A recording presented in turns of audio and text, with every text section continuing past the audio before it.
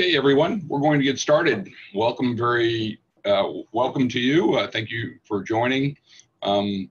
Today, Pure Air is going to be continuing its monthly webinar series. My name is Kevin Jamison. I'm president at Pure Air Filtration. And today we're going to be discussing odor control systems, selecting odor control systems for wastewater. So this will be somewhat of an introductory to odor control technology. We do anticipate providing further webinars in the future, diving deeper into the details of specific technologies for odor control in the wastewater industry. Today, we're going to just be really covering the broad subject of odor control and different options that you have for this application. So, if you have any questions during the seminar, you're welcome to use the Q&A section or send a chat into using the feature in Zoom. So take a look at your controls in Zoom and either send a chat message or put a question in the Q&A, and we'll take a look at those at the end. All right, so let's get started. So keep in mind a number of things when you are considering odor control for a wastewater application. The very first thing to understand is every application is very unique. Very, very seldom do we ever have a time when a customer needs to order the exact same thing for the exact same application.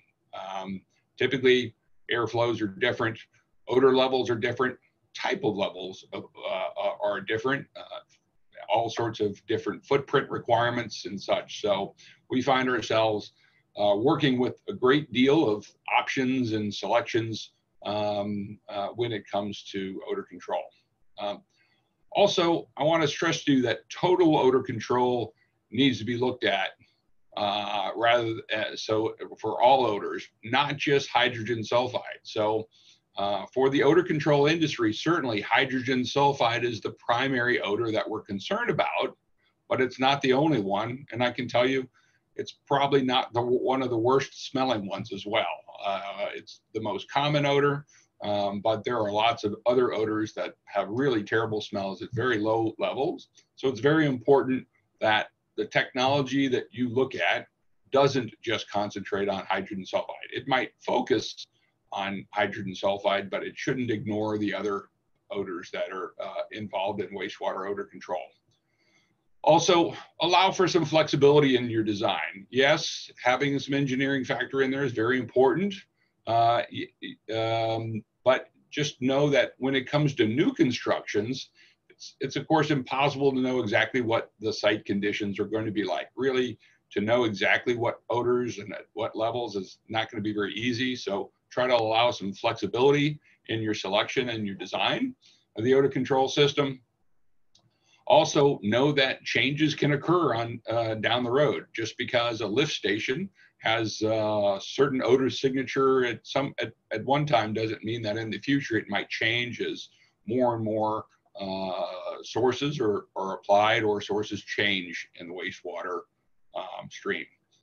Also, obviously, it's very important to allow for access and operation of the system and maintenance. I can't stress more about maintenance. We see lots and lots of applications out there where an engineer's done a fantastic job in specifying and getting installed a great odor control system, but that odor control system stops functioning shortly after installation simply because the maintenance required of it was beyond the ability or the just desire of the end client. So keep in mind, maintenance is very, very critical for these. These systems typically operate 24/7, and so you have to allow for that and have to make sure that your client's ready for the maintenance involved in certain technologies. Some have a lot less maintenance than others do, and we'll talk about that. And as I mentioned, and this kind of falls into the same thing, understanding the abilities to maintain once in operation. Is your client really good at maintaining the system, their typical systems, or are they the type of customer who wants to just turn it on and and walk away and not come back again. So let's talk about odors, because there's a lot to discuss in the subject, and we're not going to be able to go in a whole lot of depth, but we certainly want to understand what we're dealing with. So there are just fresh sewer odors, and that's usually just a fecal smell, and that's one thing to deal with. Typically, fresh sewage odor has not had time to go through any type of bacterial action, and so therefore no hydrogen sulfide has occurred. So that's the first one to deal with. Typically, we don't see a lot of fresh sewage odor. Typically, we're dealing with wastewater or sewage, which has been in the process for a period of time and has developed some hydrogen sulfide. Of course, hydrogen sulfide, we've already started talking about that. That's the primary focus for odor control. Without a doubt, it is the majority of all the odor that you're going to be dealing with. It is well established on how to capture hydrogen sulfide. There aren't a whole lot of secrets to that, but there are different technologies which perform better than others for hydrogen sulfide. So we need to understand. Mercaptans, lots of mercaptans. That's actually a reduced sulfur compound that fits into this family that we'll talk about afterwards. But mercaptans, ethyl mercaptan, methyl mercaptans, have a very, very, very low odor threshold. That means that you can smell them in the parts per trillion level. Mercaptans are the gases that are added to natural gas so that you can smell a natural gas leak. So you may not realize that, but natural gas actually doesn't have a smell, and mercaptans are added to natural gas so that you can smell it. So if you've ever smelled a natural gas leak, then you know what mercaptans smell like. Other reduced sulfur compounds, all of these gases, carbonyl sulfide, dimethyl sulfide, dimethyl disulfide, all of these are typically gases which are produced are related to hydrogen sulfide, but they're typically a sulfur organic compound, and they have really, really terrible odor signatures. Dimethyl disulfide, for instance, is the smell of putrid garlic. These are typically compounds that are found at very, very low odors, and I can tell you are much more difficult to remove than hydrogen sulfide. Compared to hydrogen sulfide, these gases are typically found at lower levels, but have really, really awful smells. I'll mention to you ammonia and amines. That's also an aspect where you have to remove these, but I'll say that ammonia can very often be ignored. Ammonia is a special odor, and it can typically only be smelled at fairly high levels, certainly in the in the ppm level, parts per million level, where many of these gases can be smelled in the parts per trillion or maybe parts per billion level, certainly parts per billion. Ammonia are only really going to smell that at the part per million level, and so typically it's not necessary to focus a lot of effort in the removal of ammonia odor. Also, there can be volatile organic compounds, typically from solvents or something to that degree, that might be in the wastewater. So that's just another odor that might be available for you to focus on. So just giving you an idea of some of these odors. We talked about hydrogen sulfide. That has that rotten egg smell. Odor threshold for it is typically stated at 3 parts per billion. Mercaptans, I talked about that as the gas that's in the odor that's in natural gas. Some of the descriptions are a skunky smell or a rotten cabbage, putrid garlic. These are in the part per trillion that you can smell these. Carbon disulfide, dimethyl sulfide, indoles and skatols, amines, ammonia. Hopefully you can use this in the future to help you identify some of the odors. The key is none of these are good smells. Generally, universally, human beings do not like these odors. And these odors can be smelled at very, very, very low levels. So it's very important that you understand that, because the efficiency of your odor control system and the ability of your odor control system to remove or at least greatly reduce these odors is very, very important. So let's move on and talk about it. All right, so how do you determine what your odor is at your, so if you have an existing lift station or pump station or a headworks or something, and you want to understand what your odor is, what options do you have to work with?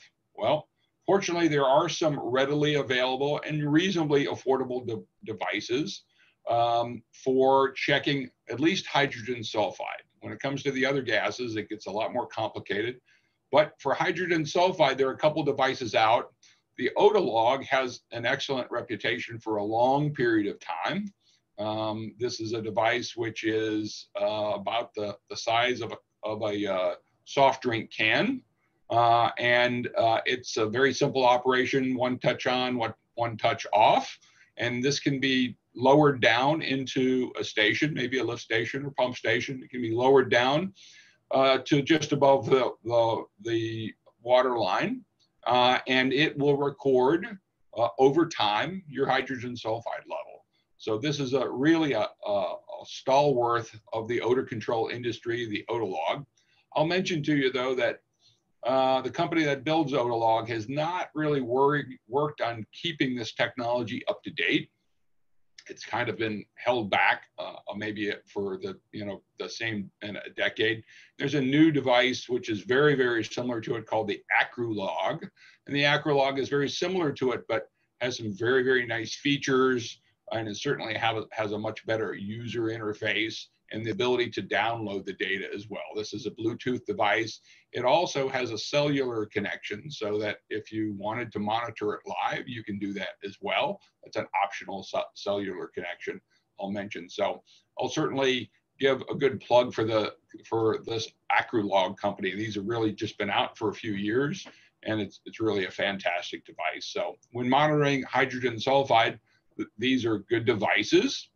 I'll mention to you, there's also a device called a Draeger tube, and this is an example of the Draeger tube. This is a hand pump, and that you can squeeze the hand pump, and it's going to pull in air into this tube. And the tube has a chemical inside of it that changes colors.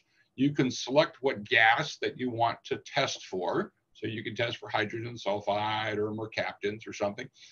And following the directions, you would pump a certain number of actuations of the pump through here, and the amount of color change that occurs on this graduated glass cylinder would tell you what the concentration is. So this is a good device for taking a spot test to be able to understand what you have at that moment. It's not a logger like this is, but it does give you a quick test, and there are quite a number. I think it ranges in the hundreds of gases that you can test for with this. So a Draeger tube can be helpful for doing a spot check and seeing what's going on. When it comes to measuring low levels, especially, the gold standard, I'll say, in the odor control industry is the Jerome Gold Film Analyzer, and they have a new model out this year. This is what it looks like. This is a very expensive but very precise device that gets you down into the very low part per billion readings for hydrogen sulfide. It does have the ability to do some data logging and such, and it can be set up typically not as a permanent device, but as for if you wanted to monitor a station for a week or so, this can be set up to record devices. Typically, we use this device for short-term testing and to get some very low accurate readings. Typically, we're going to be using this device for testing the outlet concentrations of our systems, because those outlet concentrations are very, very low, and we typically do want to measure them. These devices, depending on what selection you have, could either be a part per million level or a part per billion level. And so very, very often the Jerome is used for monitoring very low levels coming out of odor control systems. Well, what about those other gases though? So we've talked about hydrogen sulfide. We talked a little bit about the Draeger tube and how we can test for other compounds. But if you don't know what compound you have, it's not really easy to work with a Draeger tube because you have to select the proper tube for the gas that you're looking for. So what if you just wanted to take a sample of the air and have it tested? Well, this is the technology is referred to as using a Tedlar bag. So these are basically a Mylar bag that you fill with the air. So you can use a pump to pump air into the Mylar bag. You fill this bag up. Typically, I'll just mention, don't fill up it all the way because you don't want the bag to pop.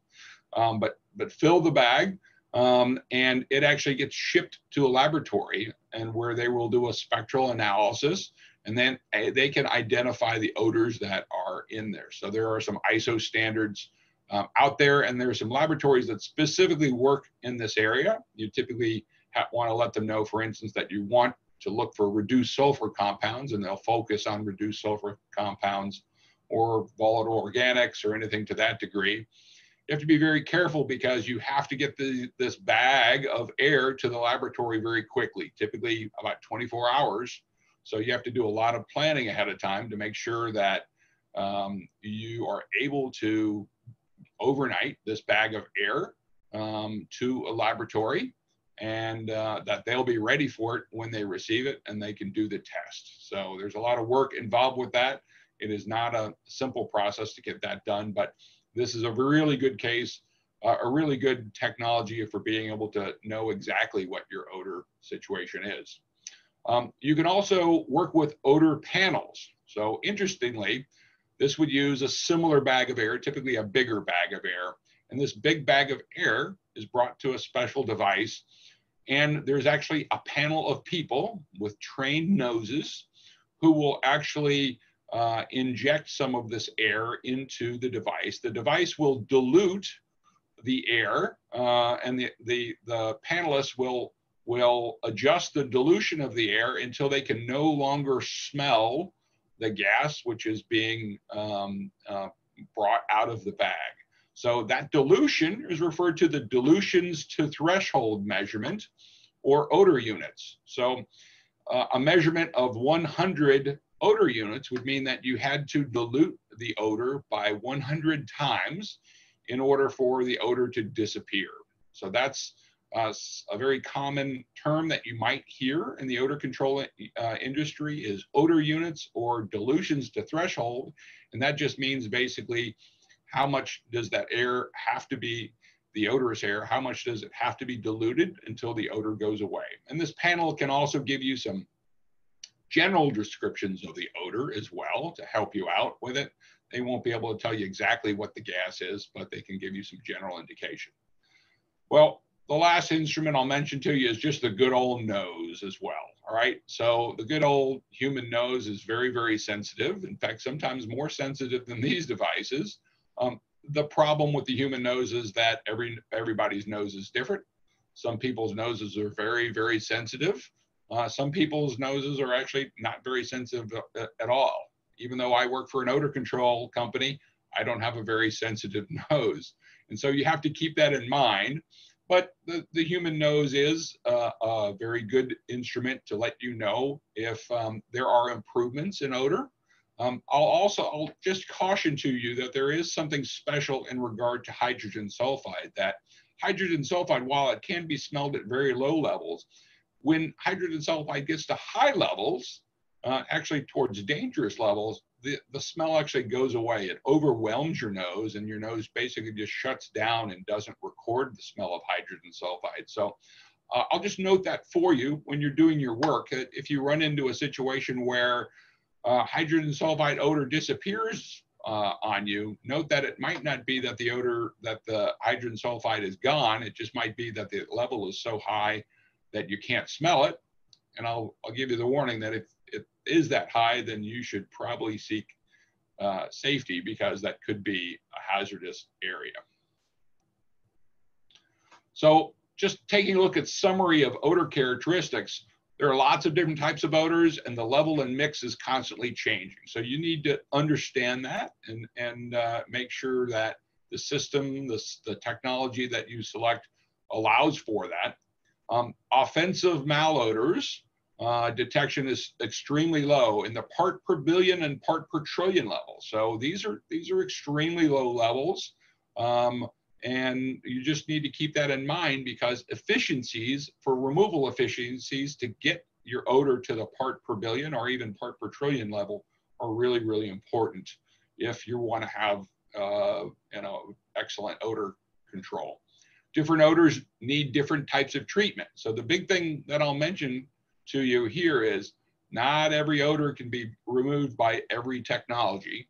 So we just need to understand that the benefits and limitations of different technology, and that's one of the items that we'll be talking about coming ahead. So really, we stress system design needs to be effective for all odors which can be present. Don't focus just on hydrogen sulfide. Very important. We see this a lot in specifications, where it's the specification for a project is really just hydrogen sulfide removal or hydrogen sulfide reduction.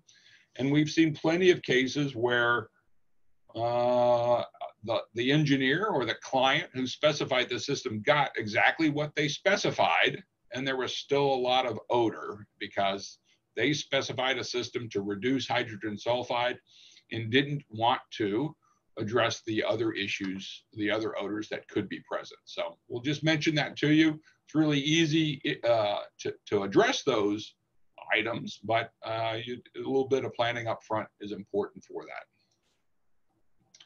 So we're going to talk about odor control technologies today. Now, we're going to we're not going to go into a lot of detail on how to size all these systems and go into detail. We'll probably have another session coming up to talk about each of these individually. But we will talk about these today so that you understand them if you're new to the technology or just are looking for an update on what's going on. We'll speak about that today. So we're going to talk about adsorbent systems. This is very often referred to as activated carbon systems. This is the technology that was started with activated carbon, but it has advanced beyond that to lots of different adsorbents with different characteristics and such. We'll discuss that in pretty good detail. We'll also discuss biological odor control. This is, well, let's call it a newer technology. Certainly not a new technology, but certainly over the past couple of decades, this technology has developed and really been fine-tuned, and lots of great creative applications of biological odor control have come about. But it certainly has its limitations as well, just like any technology, and so we'll discuss those. We'll also very briefly discuss chemical scrubbers. I have to be quite frank with you, I'm not an expert on chemical scrubbers. I know what they do. I'll be able to give you the information that I have, but as far as sizing chemical scrubbers and such, there's probably not a lot of detail. So we probably we're going to be spending the least amount of money on, the least amount of time on chemical scrubbers today. So all of these technologies will have one thing in common, is they all need some kind of actual physical or chemical contact to remove malodors. That's the mechanism that separates these different technologies. So somehow all of these technologies, these three technologies we're talking about, we have to be able to capture the odor and then bring it into the system. And then that odor has to have some kind of contact inside for a chemical reaction or a physiochemical reaction to occur. And so it's just the mechanism of how that reaction occurs is the difference in technology. So when we're looking at technology, we're very interested in the efficiency of the system. There's lots of great high efficiency systems these days. Reliability, I mentioned that earlier, very, very important, especially in regard to the amount of maintenance that's required. The initial capital cost, of course, everybody's very interested in that. Operating costs really needs to be understood, because we find a lot of customers don't understand the operating cost of a system and don't take that into account and run into budget problems later on. Of course, footprint and space is very important, especially because odor control is typically in urban areas. Urban areas typically don't have a lot of space to give up, and so footprint can be very often very important. Ancillary buildings, systems and controls, just what else do you need for the system? For instance, if you had a chemical scrubber, you have to have storage of the chemical that's going to be fed into the system. So where is that going to be? That my continued plug in regard to maintenance and operation concerns, really need to focus on that to make sure it's a successful installation. Hazardous chemical handling, very important to understand the technology you choose and what chemicals it will have, if any, and what are those hazards working with us. Of course, that's a big factor all around the world as we continue to focus on safe work practices. Aesthetics, very important sometimes, and we run into a lot of cases where the client is very interested in hiding the odor control system as much as possible. And so they often want us to provide a low system, which can be hidden behind a wall maybe, or something to that extent, something that doesn't tower up high. So aesthetics can very often be the case. And then noise. All of these systems typically have to have some kind of a fan or a blower or with the system. And so we need to understand the noise of the system, what's required.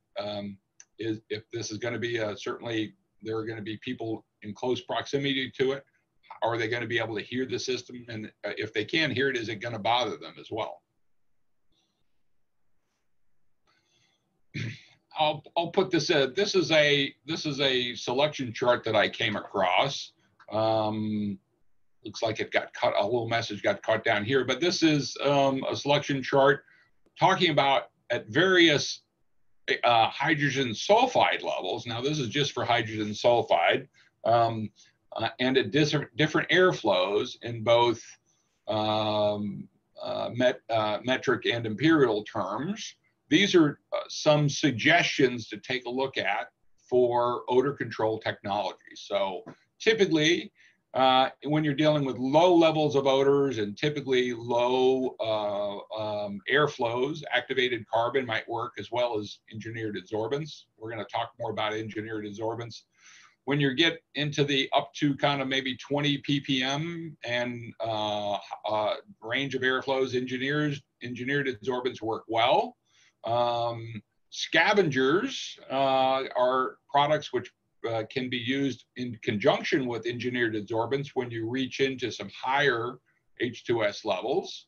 Biofilters and bio scrubbers are typically used in these levels where you've got a higher level of hydrogen sulfide. So I'll mention this chart didn't specifically bring up chemical scrubbers. This is a little note that got cut off down here when we pasted this into the presentation. So chemical scrubbers doesn't show up on this particular suggestion solution. So you can take this with a grain of salt. This is something that was published and is one author's opinion on selection for that. So let's talk first about the first technology, adsorbent technology. All right, so adsorbent technology is generally people would categorize that into activated carbon systems. So the basis of the technology comes out of activated carbon. Activated carbon, we'll talk about in just a minute, is really good for general odor control. Typically, it has a low capacity for inorganic odors. It allows for desorption of odors, and there's no way to measure remaining life. We're going to also talk about engineered adsorbent and show you some of those. These are based on activated carbon type technology, but with some modifications to them to target particular gases or have particular function to it. And then the last area, in that previous slide, it mentioned scavengers. We're going to take a look at what are these scavengers? How are they different than activated carbon? They really are kind of an engineered adsorbent, but they're a low cost product. that can help in applications where you have high H2S and need to reduce that. So let's take a look at some of these. So adsorption uses adsorbents.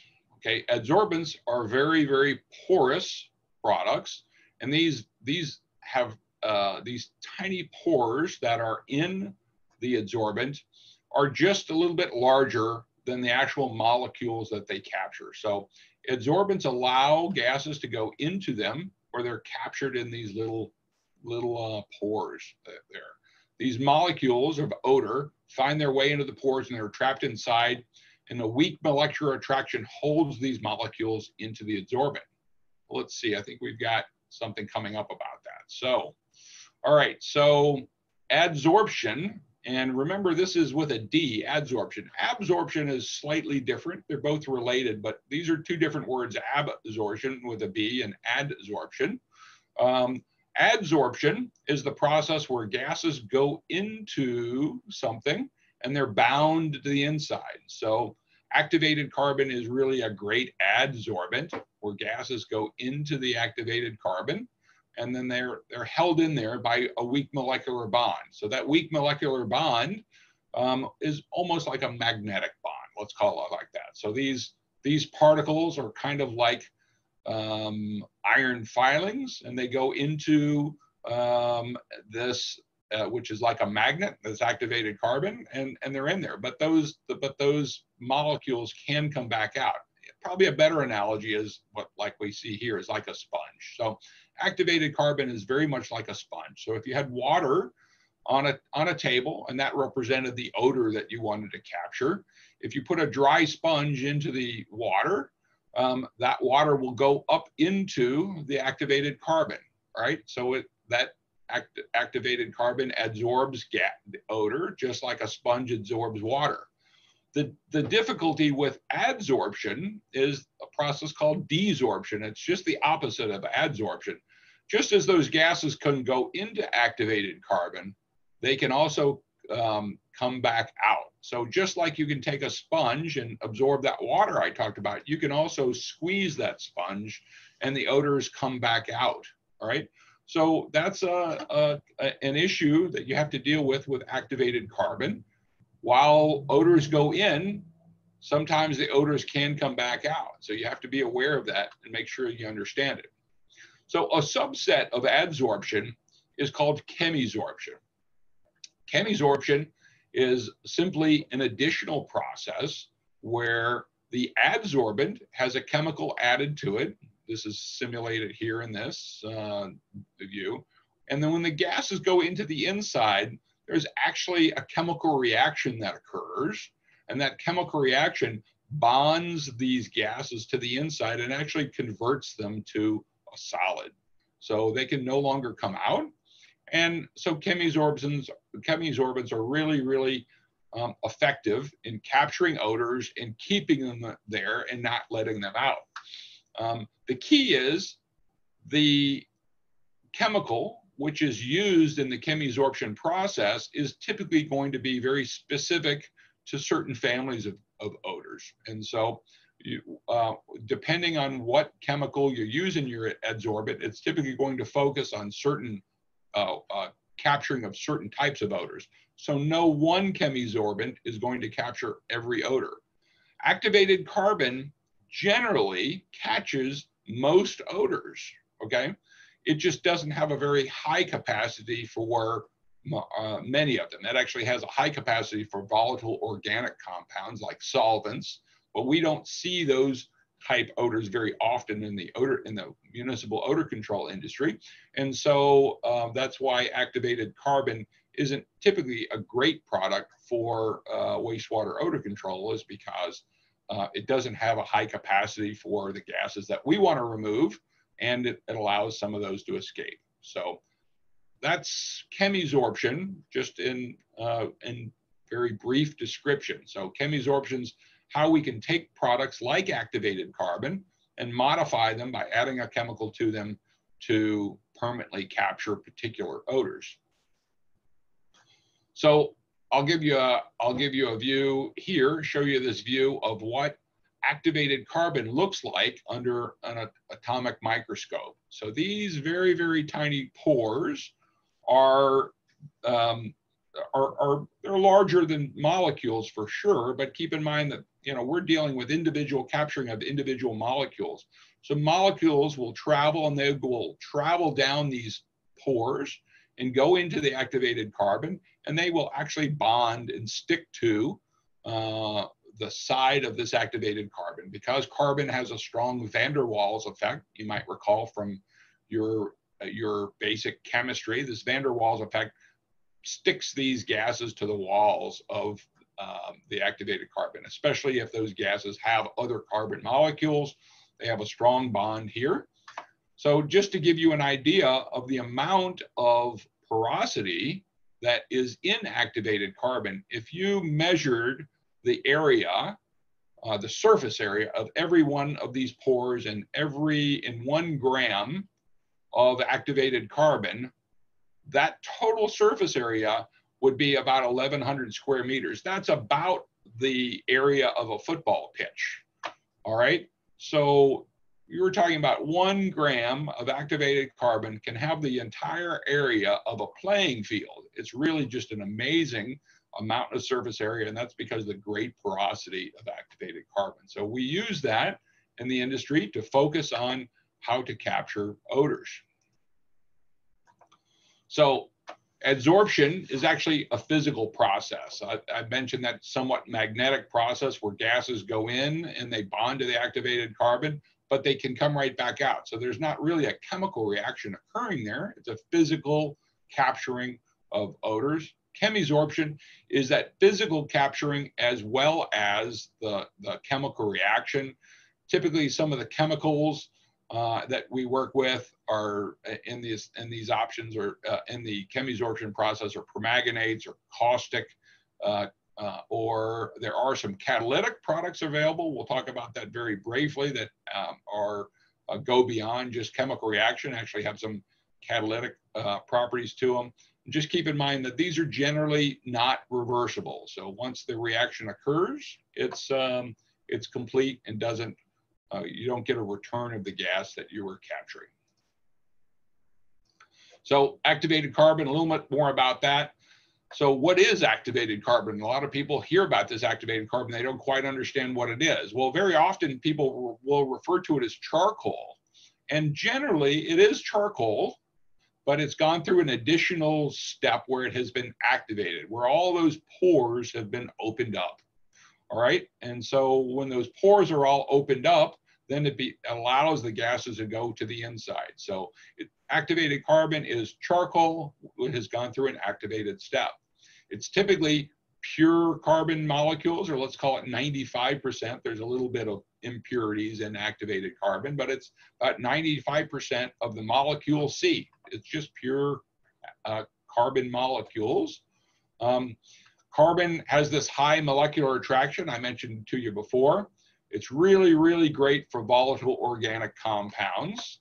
It generally doesn't have very high capacity for hydrogen sulfide. So that's the disappointment with our industry, is it can capture many different odors, but hydrogen sulfide's not a great one for it to capture. It can certainly capture some. It can release it because of off-gassing, and the unfortunate part with activated carbon is there's no reliable way to know when it's full. So how do we know when to change out the activated carbon? When is it full of odor? There's not really a great reliable way for that. And I'll just mention to you, activated carbon comes from lots of different sources. So here's coconuts. This coconut shell actually can be used to produce activated carbon. And it's actually one of the better activated carbons, especially for volatile organic compounds. So you'll very often hear about coconut shell activated carbon. That's really for VOC capture more than anything, but also coal is used. There's different types of coal that can be used for different properties for activated carbon. Nut shells, all sorts of different products can be used as the basis for making activated carbon. So here's that view of those pores, just to give you a little kind of a analogy on how these work. So pores have different sizes, keep in mind. So you start with large pores, and as you go down these channels into the activated carbon, you get smaller and smaller pores. So keep in mind that large molecules get stuck in large pores, and small molecules travel down and get caught in small pores.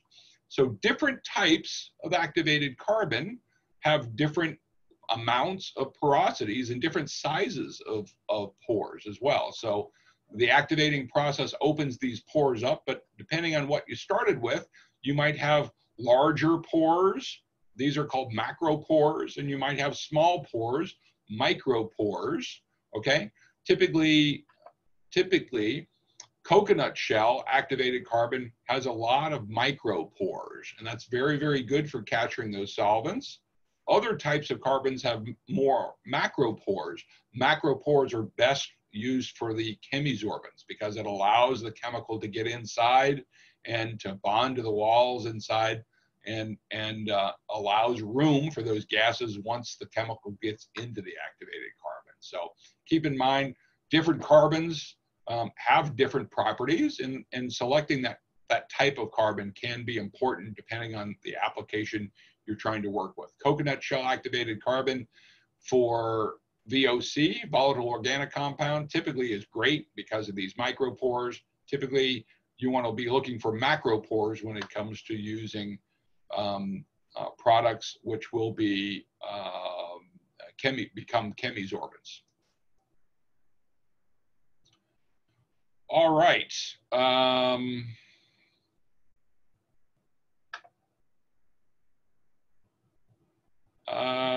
So let's talk about carbon regeneration. So that's generally a subject that gets brought up in regard to activated carbon. So if you have activated carbon and you use it in an odor control system, the customer wants to know if it can be reused.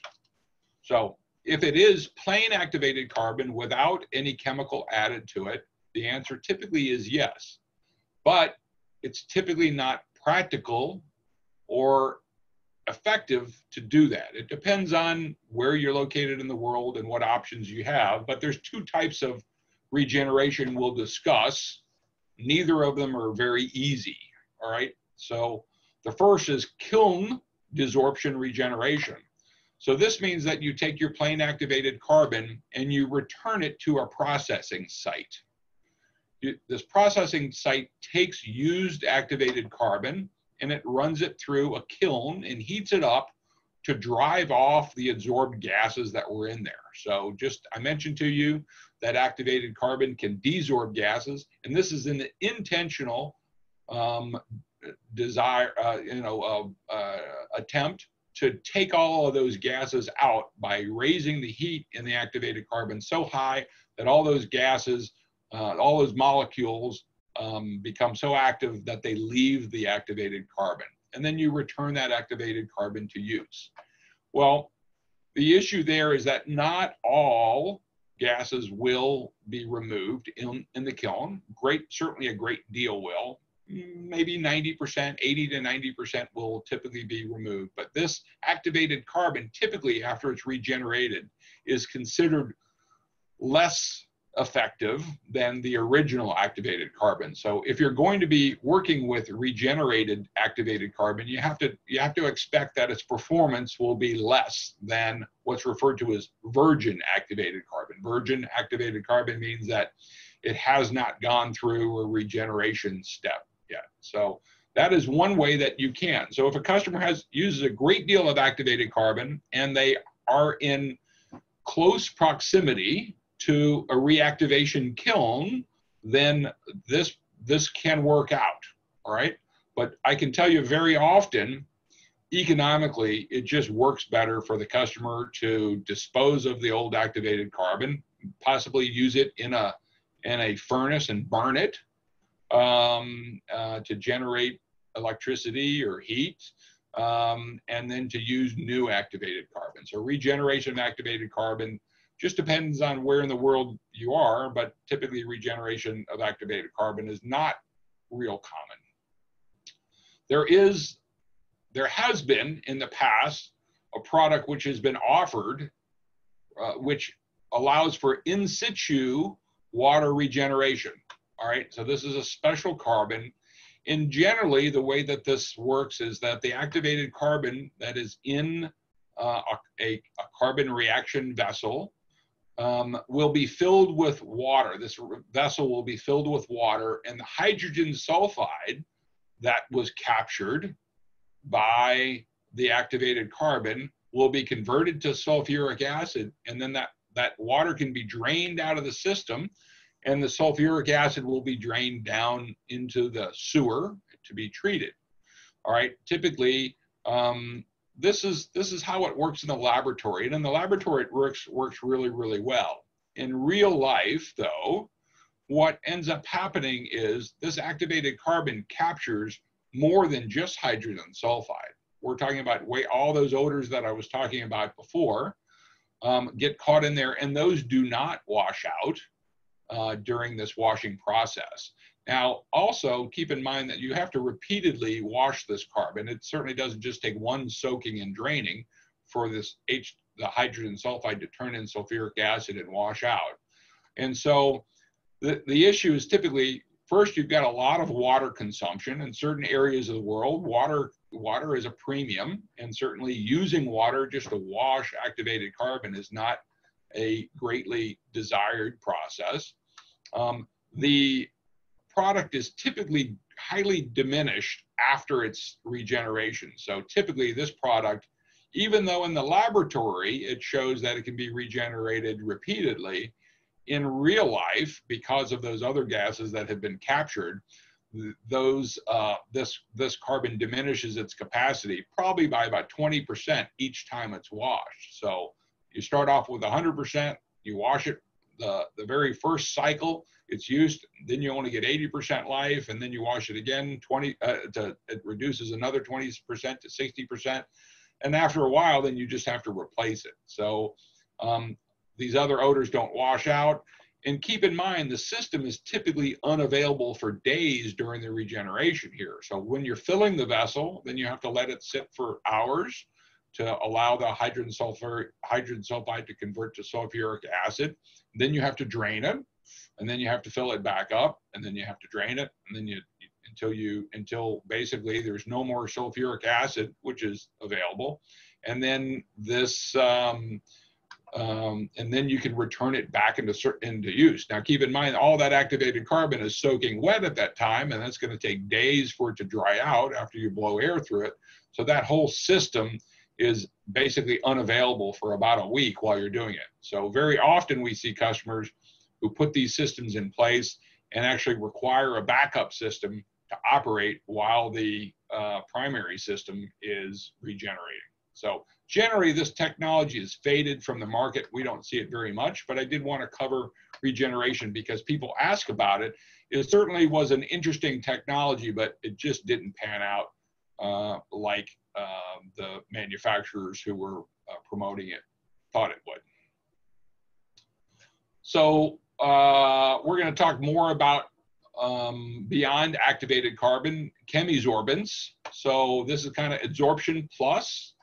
Chemisorbents is the result of a chemical reaction on the adsorbent. So in this case, the process is instantaneous and irreversible. The chemical oxidation or whatever reaction occurs converts the gases into some other solid. We've discussed that a few times here.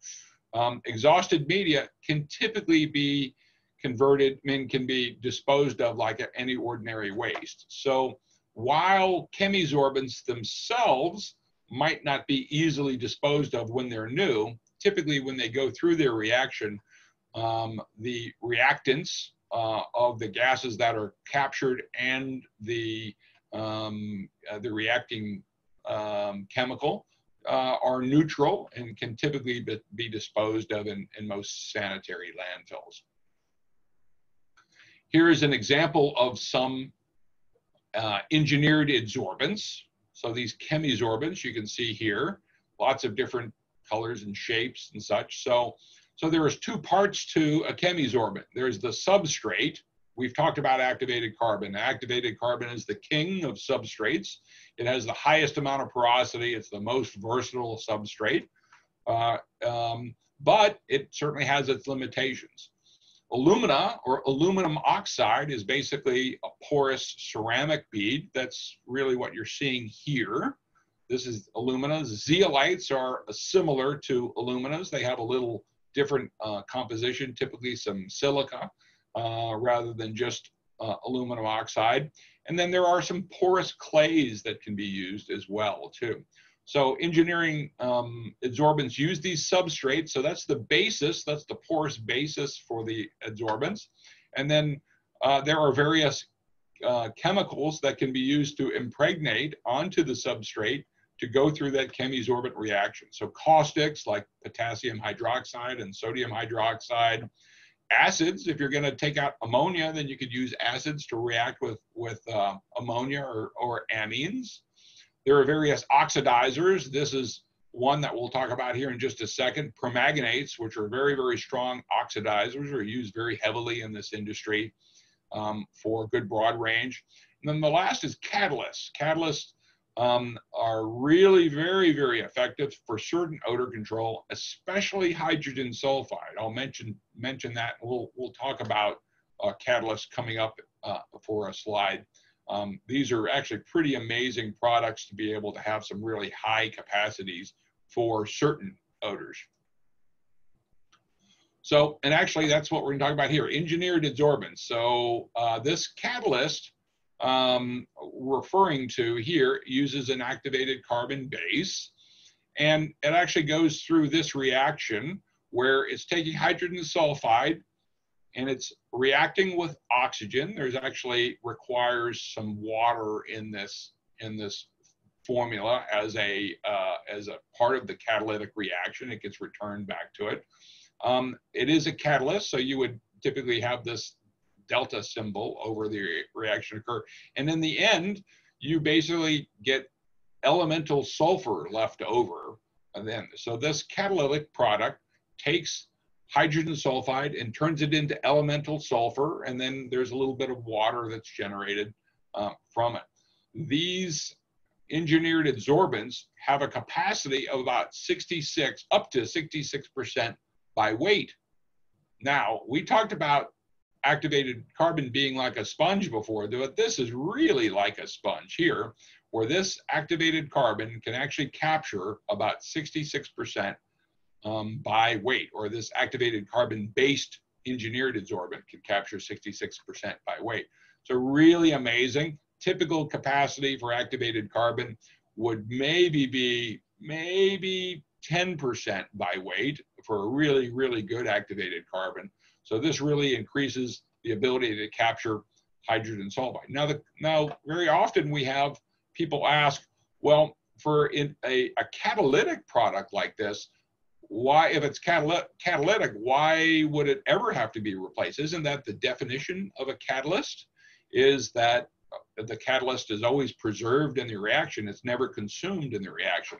And the answer is yes, but what ends up happening is all those pores inside of the substrate get filled with sulfur, and then no more hydrogen sulfide can fit into those pores. So eventually, all those pores are filled up with elemental sulfur. The good news is elemental sulfur is not toxic, it's not hazardous, it's very easy to dispose of. And so that this activated carbon is filled with elemental sulfur, and therefore it can be disposed of easily, but it does eventually have to be replaced. So permanganate impregnated alumina. So we talked about this in a couple of slides back. So this product is referred to as PIA sometimes, or permanganate impregnated alumina. It is based on an activated alumina substrate. So that's aluminum oxide substrate. It's basically a porous ceramic bead. It's impregnated with a permanganate. There are different types of permanganate, but the most common is potassium permanganate. And that gives it that bright purple color here. So that bright purple color is a strong oxidizer, potassium permanganate. Maybe you remember from your chemistry days.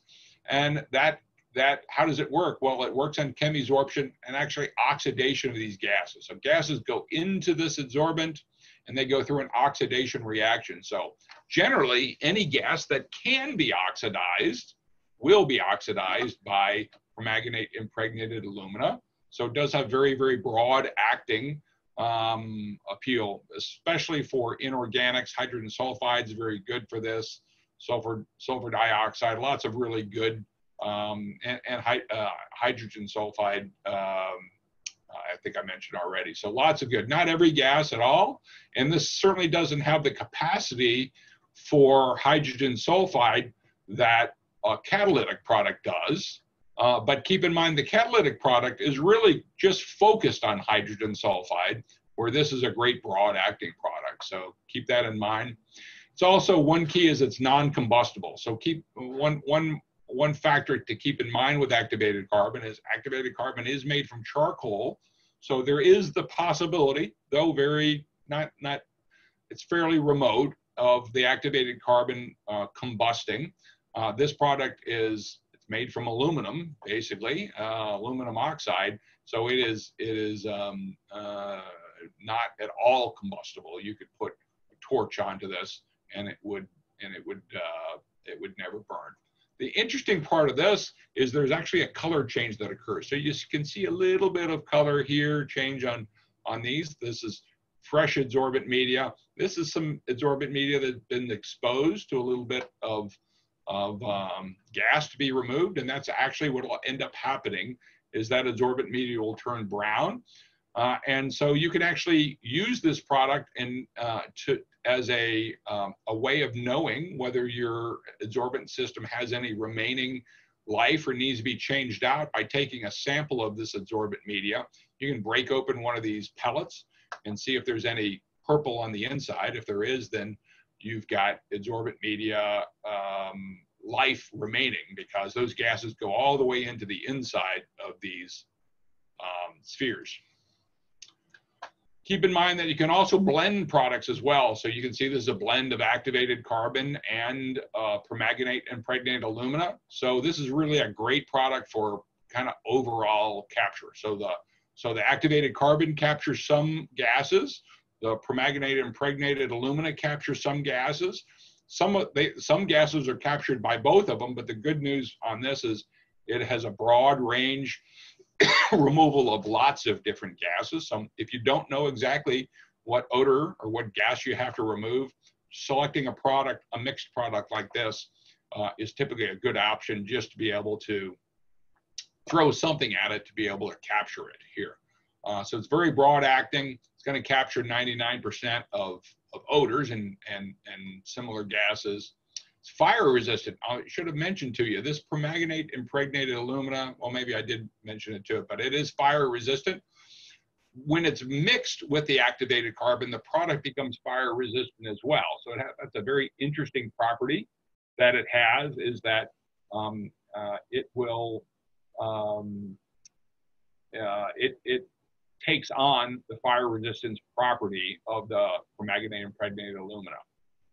There's also a low chance of off-gassing, because this doesn't off-gas, so any gases that do go into the activated carbon and maybe do off-gas get caught with a permanganate impregnated alumina, and you still get that color change. So that's a really nice option to be able to work with.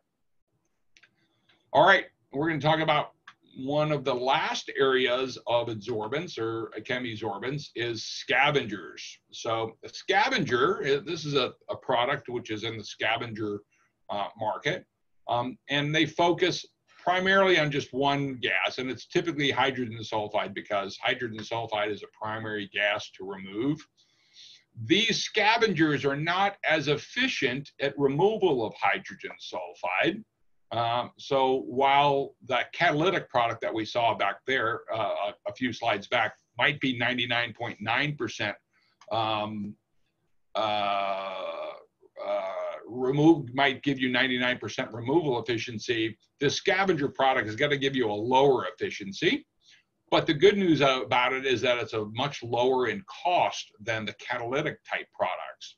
And so this product is very effective at reducing high levels of hydrogen sulfide and leaving remaining odor for engineered adsorbents. So typically you could have a 2 or maybe even 3-step system where if you had very high levels of odor control, let's say 50 parts per million, you could use the scavenger to reduce that to 5 parts per million, and then you could send the remaining 5 parts per million into an engineered adsorbent or a catalytic product to get that, to 0 parts per million coming out of the system. So this is basically, this product here is an iron oxide clay. So it's a fairly low-cost product. It's a great way to reduce hydrogen sulfide, very cost-effective way. And typically the way that this would be applied, this would be in a separate system, and you would use this and until it's consumed, and then you would change out this adsorbent media, and the gases coming out of this while it's in operation would go into a secondary system, which would be used for capturing all of the other odors that didn't capture here. So an interesting addition to your tool bag when you're talking about odor control. All right, when it comes to carbon adsorption system, this is kind of a typical application that you would see. They're simple. Carbon or engineered adsorbent systems are typically very simple. That's really the attraction to these systems. So there's 4 main parts to these systems. There is an inlet mist filter. I'll mention to you, not every manufacturer specifies an inlet mist filter, but it is really, really important because in the wastewater environment, the water droplets that could be in the air and the dirt and the greasy things that are in the air in a wastewater environment are very harmful to activated carbon and other adsorbents. So it's very important that there is some type of a pre-filter, which is very effective at removing mist and grease from the system. So it's very important. The very first step is to take out mist and grease from the air. This needs to be very efficient. Then there's a blower afterwards. That mist and grease filter helps prevent all that grease from getting caught up in the blower as well. It's very important. Then the blower blows air into the adsorbent system. This is a typical, what we would call kind of a standard vertical flow system where the adsorbent media is held in an elevated bed. The air is blown into the bottom of the system where it percolates up through the adsorbent media and then comes out the outlet here. So 4 simple parts of the system, only 1 moving part, which is the blower. So there's not a great deal of maintenance required for these type systems.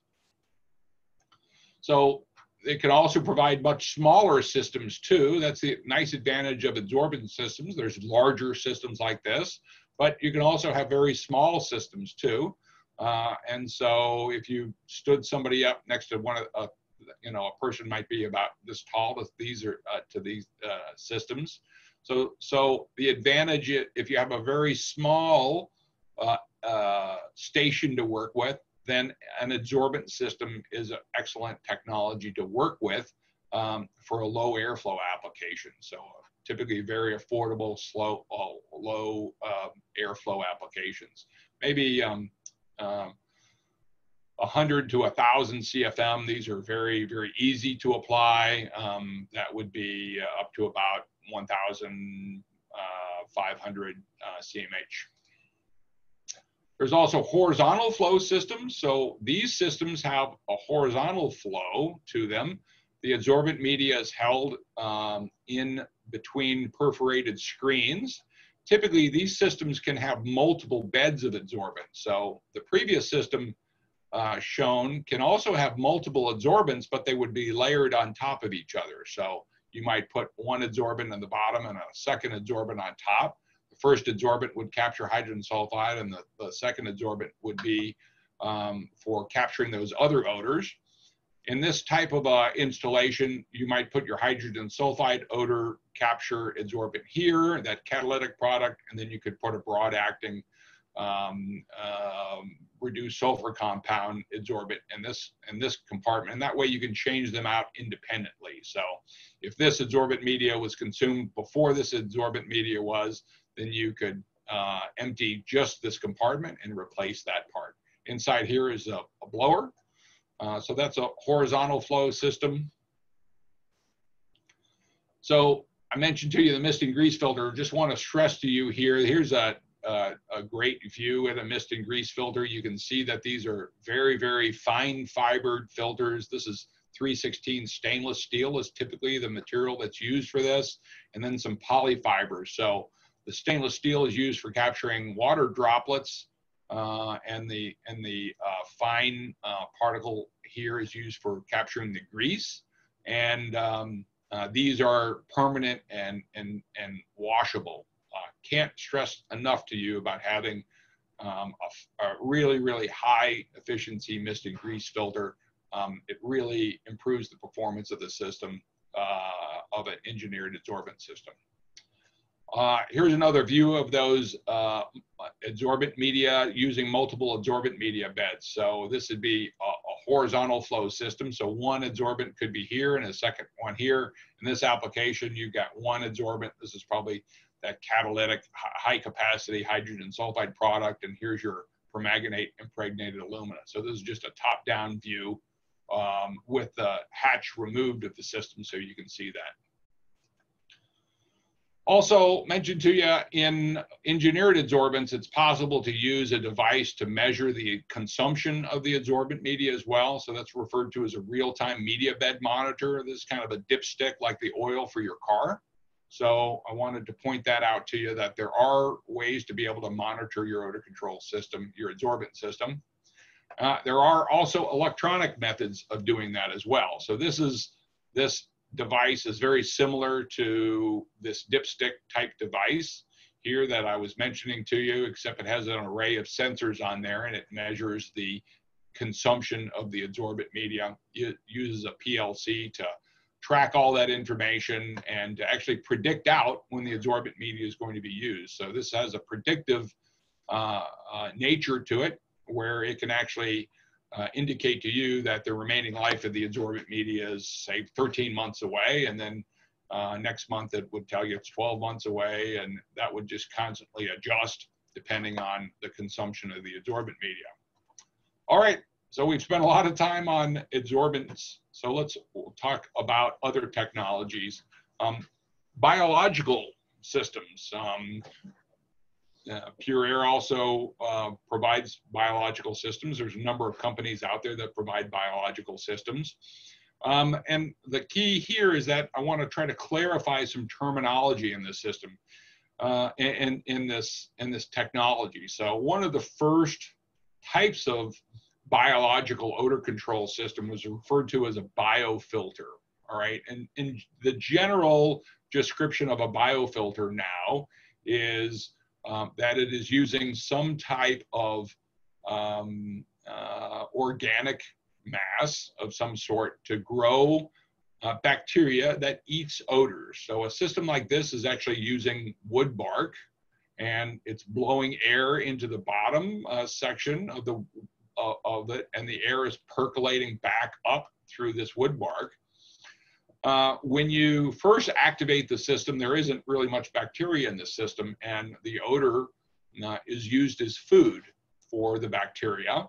And so as this food is blown into and percolated up through this wood bark, the bacteria will begin to grow and expand, and they will multiply to the point where they are suddenly, at some point in time, usually it takes a few weeks, will be able to consume a large amount, a large percentage of the odor that comes into the system. So these are generally considered to be a fairly green technology. They're generally considered to be a fairly stable technology. I'll mention to you, though, that these bacteria have to be fed. They do live on these substrates, in this case, a wood mulch. So they do use that to get their minerals and such. They use the odor as food, but they also have to have water. And so very often there are spray systems. In fact, you can probably see these right here. These are spray systems on the system, which are wetting down the wood bark to make sure that it stays wet. All right. So if you're in a hot, dry environment and water is a resource which is limited, this technology doesn't work really well. Also, if you're in a really, really wet, rainy environment, you have to be careful that you don't provide it too much water as well, too. So it might actually be required that you have to cover the systems to prevent them from being overloaded with rain. And so, and also, if you're in a cold environment or extremely hot environment, you have to be careful because the bacteria grow within a certain temperature range. And so, wintertime in a subarctic area, these systems may not function very well. And certainly in very hot areas like the Middle East, you'd have to worry about overheating the systems as well. So that's a concern for biofilters. The technology for biofilters has evolved to, let's call it, a more engineered system. So this is an example of a bio scrubber.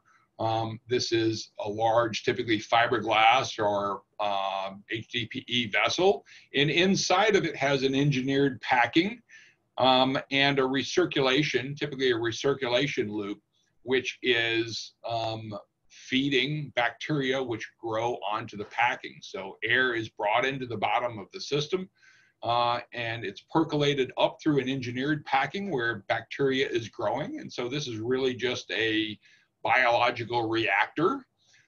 This technology is referred to as bioscrubbing or biotrickling filter. Biotrickling filter is also the name of a technology that's used in the actual wastewater process. So we typically try to stay away from the term biotrickling filter and try to use the term bioscrubber because it appears, it seems to be a little more descriptive rather than biotrickling filter, where it can be confused with the process, the wastewater treatment process. So this is a bioscrubber. I think I've got another slide here that's showing kind of the difference between the technology. So a biofilter takes a blower. It typically runs it through a humidifier because you want to be able to run good moist air up through here. And you may have to have those misting systems to be able to keep the filter media wet. That air is basically just blown up and percolated through the biomass. Periodically, this biomass will have to be removed because the bacteria will consume and break down the filter media. So in this case, we had seen this kind of wood mulch in the previous view. I think coconut husks are often used for that as well. But that periodically breaks down and has to be removed, and then new filter media would be put in, and you would go through the process of growing that bacteria again and bringing the system back up. Generally, rule of thumb might be every 3 years or so, you might have to change out the filter media depending on how the system operates and how much odor has been going in, how much bacteria works. So the bioscrubber or the biotrickling filter works in a little different way, but generally a similar manner. Waste gas is brought up, it's percolated up through a packing column. This packing column, there's lots of different options for packing column, but the bottom line here is this packing column provides the surface area for the bacteria to grow. That bacteria grows on the surface of all this packing column. And then there is a recirculation loop. Typically, it's a recirculation loop, which is taking the water, which is sprayed onto the bacteria, and it is adding some nutrient to it. So a little nutrient is put in to provide the bacteria with the minerals that they need to grow, the nutrients, and then there will be some waste which comes out. Typically, this is very acidic. This bacteria that grows in here is typically an acidophilus bacteria that likes acid. It eats acid, especially for hydrogen sulfide. And so that waste, which is coming out of the bioscrubber, will be typically highly acidic. And that's one concern that you need to be aware of. You're going to be bringing fresh water into the system and some nutrient in the system. It's going to be bringing odors, especially hydrogen sulfide, into the system. And then you're going to be getting an acidic water coming out. So that you may need to consider that where that's going to be discharged to.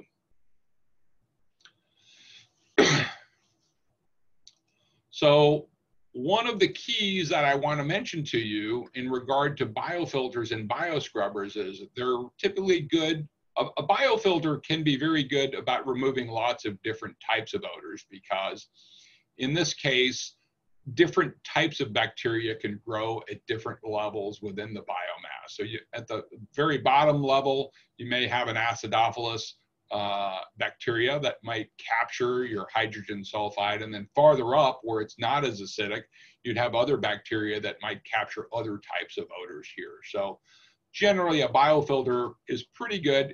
It's very good at taking out hydrogen sulfide, but it's also pretty good at taking out some other odors.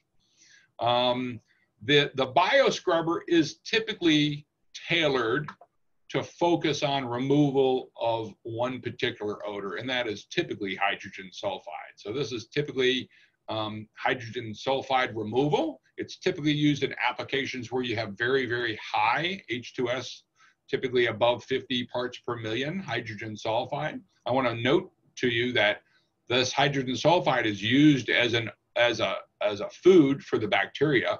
So if you have an interruption, or if you don't have enough hydrogen sulfide coming into your system, the system won't function very well because you're not giving it enough food. So keep that in mind, that this is a basically living organism and it requires food, and you can't just shut it off for a period of time and expect to turn it back on and it continue to work well.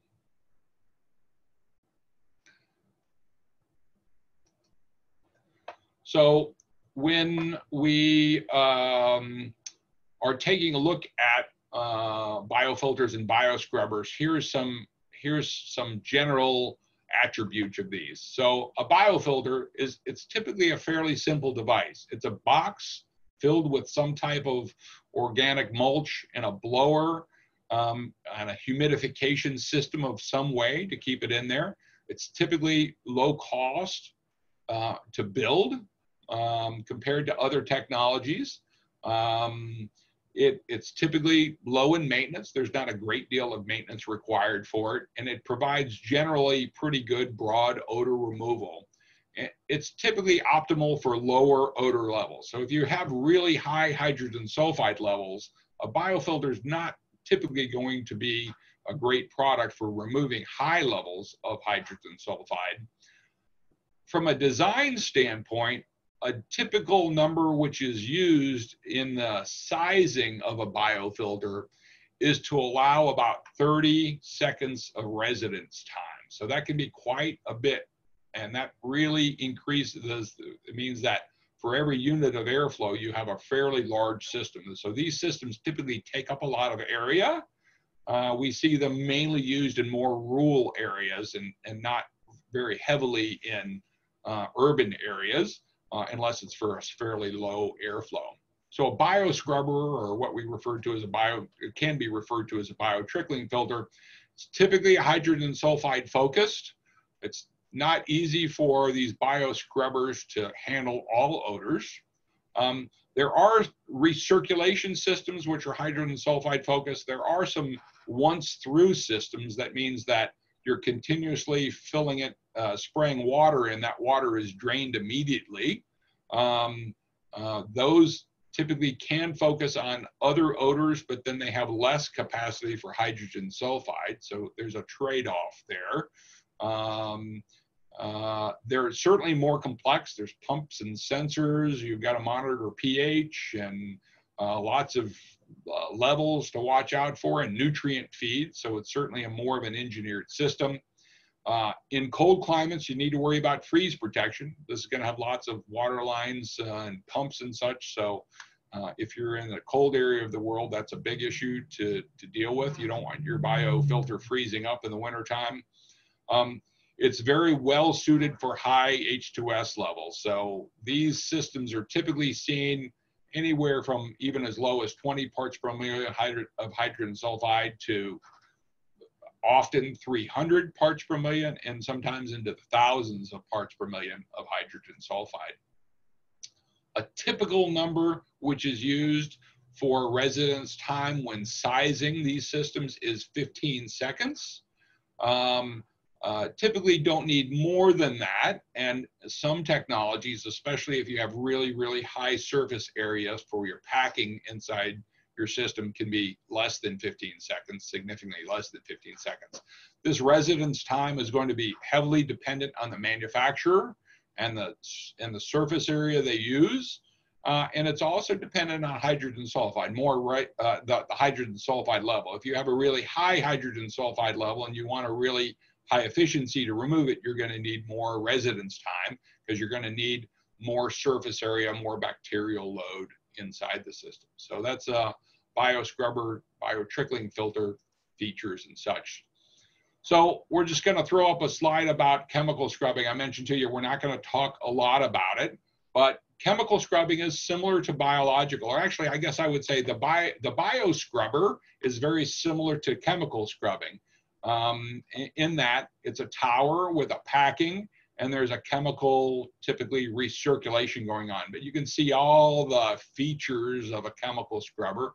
They're fairly complex. They're certainly very much engineered systems. There are certainly great applications and great uses for chemical scrubbing, but generally they're using very hazardous chemicals, and the maintenance required of these systems is significant. And also the chemical usage can be significant. I'll mention to you as well, a chemical scrubber, you need to understand your maximum gas removal needed. So for hydrogen sulfide, if you've got fluctuating hydrogen sulfide, the system needs to be designed based on the maximum hydrogen sulfide. Some of the other technologies just are concerned with average odor level, where you need to worry about maximum level here. But typically the system will very often have the smallest footprint. This graph here is a fairly complex system, obviously. Typically we don't see them being that complex, but this is typically a chemical scrubber. So 5 slides to go in our presentation today. Taking a look at chemical scrubbing for odor control, typically a chemical scrubber focuses on one gas. We've seen some systems out there that have multiple stages for chemical scrubbing, where it's basically 2 to 3 different stages of different chemicals which are used. The concern there is that one chemical can very often get carried over into the next chemical, which gets carried into the next one. So rather than having 3 separate chemical scrubbers, they're combined. We've heard mixed reactions about these combined chemical. So typically the technologies, it certainly works very well for one gas, let's just say that, as opposed to removing multiple gases. These systems do contain high concentrations of reactive hazardous liquids, so you need to make sure that you're able to work with all those hazards and store them. Typically, even the storage requires special handling in case there's some type of a spill. Maintenance requirements are significant, must be designed for maximum gas levels, but generally has the lowest overall footprint per unit of airflow. So taking a look at the different technologies, we kind of summarize the different technologies in this way. Activated carbon, just plain activated carbon, generally has very low maintenance and fairly high efficiencies. You're typically talking about 99% plus removal efficiencies with activated carbon. It does require some periodic replacement, and generally plain activated carbon has a fairly low hydrogen sulfide capacity. But if we move to engineered adsorbents, you typically have the a low maintenance like activated carbon, the same high efficiencies, and you can have lots of different configurations for using different types of engineered adsorbents. I showed you some of those. It does require that periodic replacement. So customers need to understand that every 18 to 24 months, they're going to have to replace the adsorbent in the system, just depending on the amount of odor that the system has captured. Biofilter, There's no hazardous chemicals. That's very nice about a biofilter. You're pretty much just spraying it with some water, very low maintenance. The disadvantage is a fairly large footprint. Also, it typically doesn't handle high levels of odor.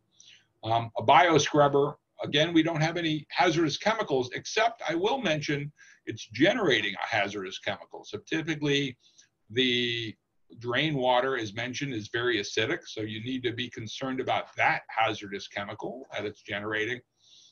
It's very effective at high H2S levels. Various customers will quote high H2S levels, and we certainly know that a bioscrubber can be 99% effective at removal of H2S. I will mention a little bit more about that in a second.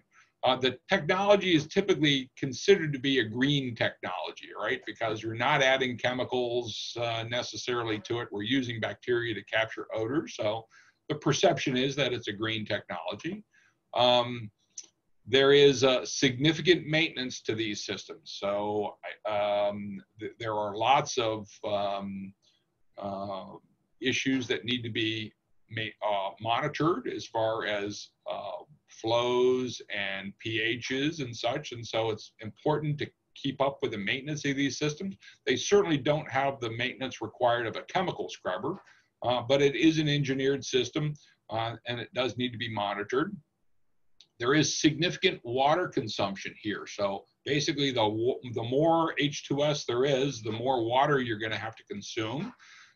Thousands of gallons a day, typically, of water, which is going to be used. So if you're in an area where water is scarce, keep that in mind when you're selecting this as well. I mentioned the discharge of the acidic water. That's important. The reality as well is that while a bioscrubber, when operated by a manufacturer or somebody who is really focusing on keeping the system running really well, can run at 99%. I think the real world efficiency that we see out there, that when it gets in use and it gets turned over to the end client, is more like 95% efficiency. Without a doubt, with factory attention and with expert attention, they'll provide 99% efficiency. But we typically, in reality, see that they operate around more like 95% efficiency. Chemical scrubbers have a low footprint. Lots of vendors of chemical scrubbers. You can go online and pretty much design a wet scrubber.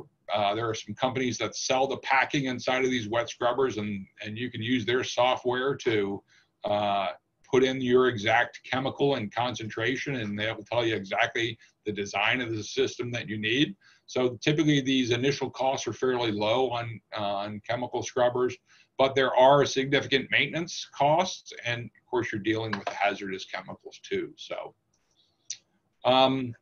odor control technology. So here's some other information that you can use when trying to make decisions about what technology to use. So we're going to take a look at use of chemicals, footprint, complexity, efficiency, multiple odor removal, capital costs, and operating costs. We'll go through this fairly quickly. Activated carbon doesn't have any chemicals that needs to get added to it. As a kind of medium footprint per unit of airflow. Low complexity, there's just really one moving part, which is the fan. Efficiency is typically 99% or greater. We've very often seen even 99.9% or more. Multiple odor removal, yes. An activated carbon can capture lots of different types of odors. Capital cost is generally low, and operating cost is generally low for engineering adsorbents, no chemicals, same kind of footprint and complexity, same kind of efficiencies, definitely multiple odor removal. Capital costs are typically going to be higher because the engineered adsorbent is more expensive than activated carbon, and the operating cost is going to be a little higher than activated carbon because they're replacement costs. But this is going to capture more odor removal. It's going to be, I guess when you're comparing the two, activated carbon and engineered adsorbent, you're going to get longer life. So you're going to have to change over. You're going to be able to work in applications that have higher H2S levels. as compared to activated carbon. A biofilter, no chemicals. It has a very large footprint, low complexity, efficiencies probably 90% or so with a biofilter. Multiple odor removal does occur in a biofilter. Medium capital costs, could be low capital costs even, and operating costs are typically low. Bioscrubber, we do have to add nutrients, but it's typically a non-hazardous product, which is added to the bioscrubber.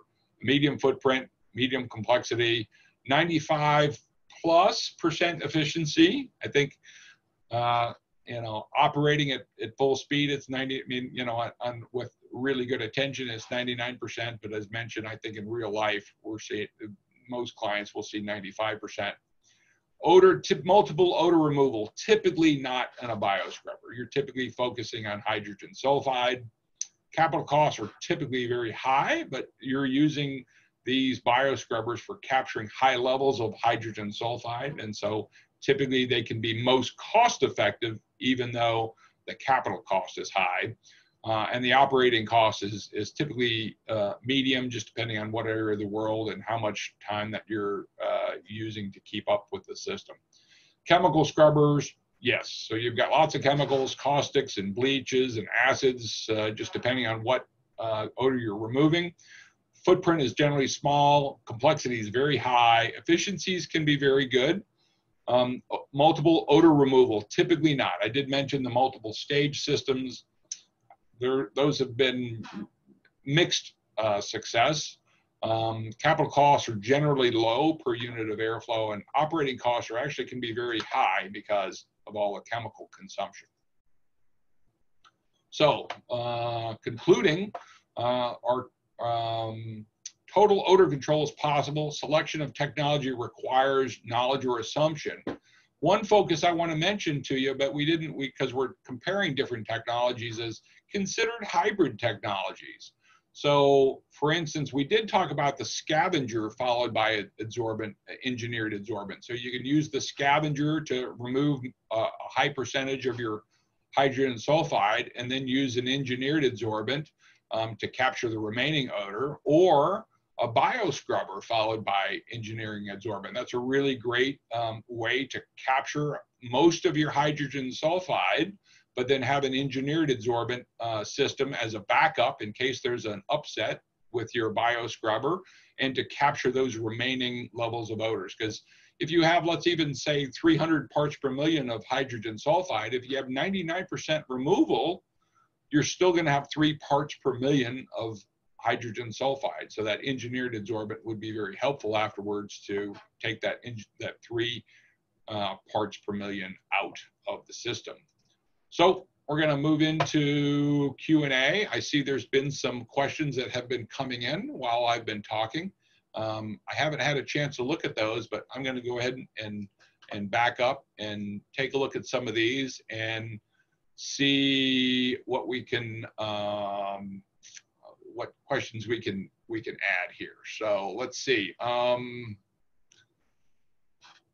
So Adrian has asked a question: what is the major consideration in odor control sizing?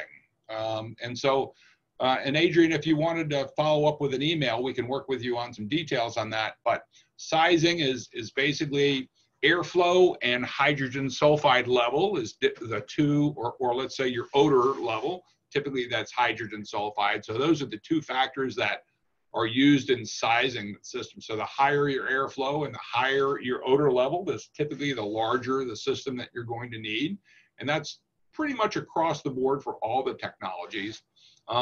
So you said, is it based on target odor limits, the discharge, or more on the inlet quality of the air? Well, it's actually both.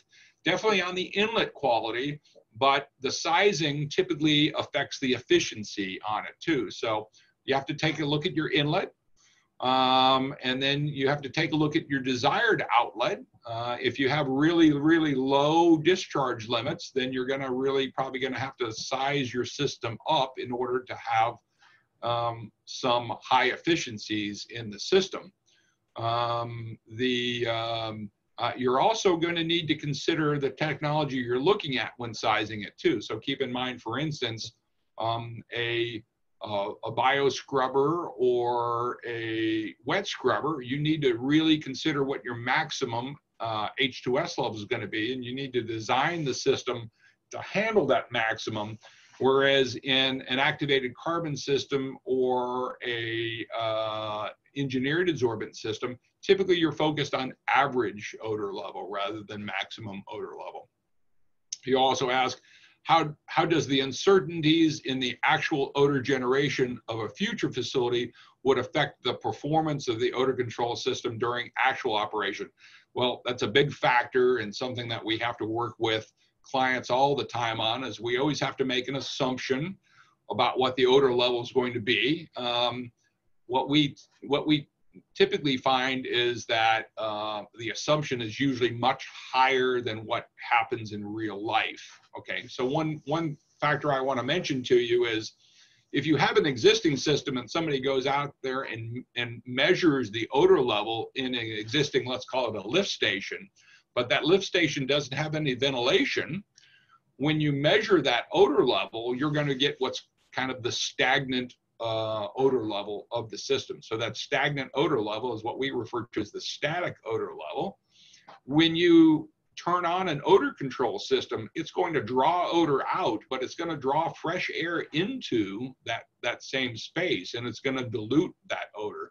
So keep in mind that the static level of odor in a station is much, much higher than what we refer to as the dynamic or the ventilated air level coming into the odor control system. So we see a lot of errors that are made when designing an odor control system of oversizing the system, because maybe an engineer has gone in and measured the odor level at a station and he determined that it was 100 parts per million. But that's the static level, and those odors have been allowed to build up over a period of time. When you connect the odor control system, it brings in that fresh air, it pulls out the odor, and the reality is typically we see about a 10-fold reduction in the odor level. So if you had 100 in a static, then we might see 10 in a dynamic or ventilated situation. So that's a big factor that we see, and typically people are very concerned about undersizing a system. And of course, undersizing a system is a big problem, but I'll mention that oversizing a system can also be a big problem, especially when it comes to biological systems. If you oversize a biological system, you might not have enough food to feed the biology that's there. We've seen that a number of times where the customer has put in a biological system and they only had 1 part per million coming in of hydrogen sulfide, and there wasn't enough food to keep the bacteria alive, and the bacteria just simply wouldn't function very well. So appreciate that question, Adrian. And you know, there you can see our email address to our general email box there. If you have any further questions, please do send us a note. We'd be more than happy to provide some additional information as well.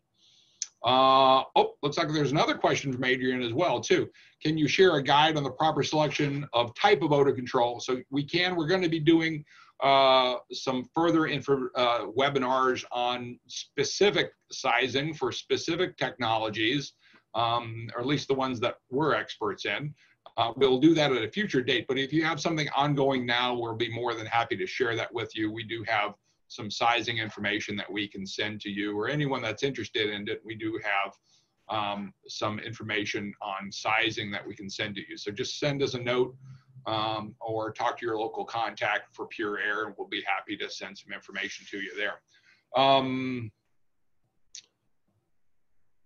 So we have a question from Hassan Chamas in the UAE, and he says, some studies showed bacterial contamination in air at kilometers away from a biofilter or a biological filter installations.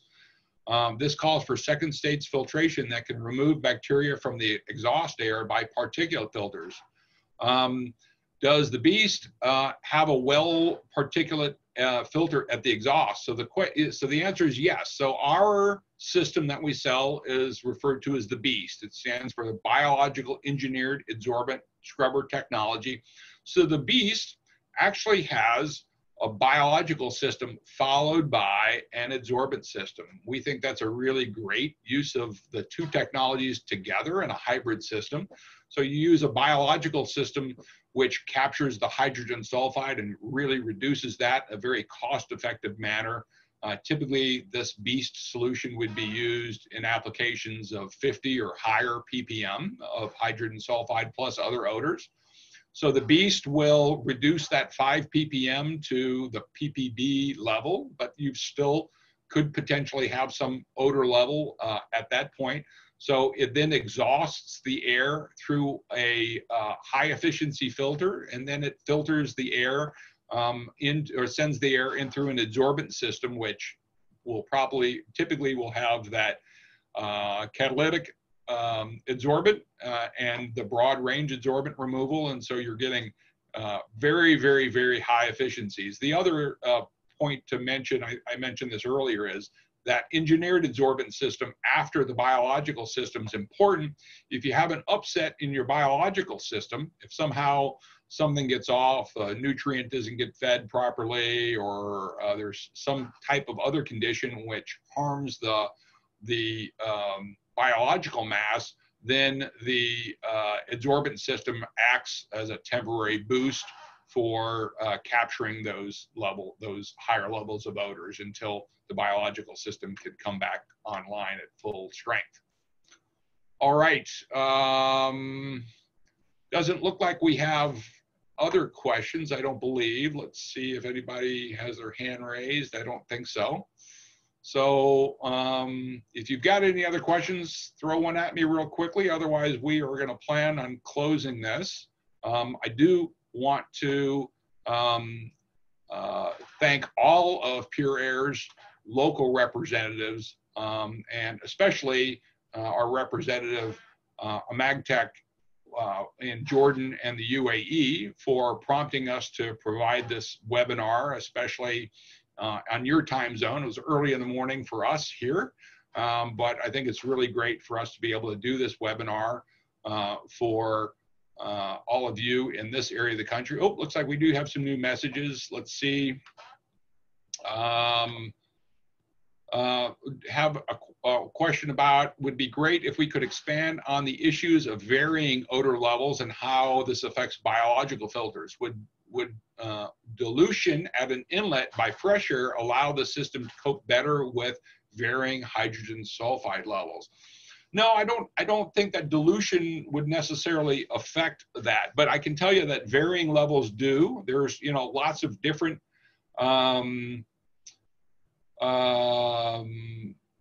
there have been lots of different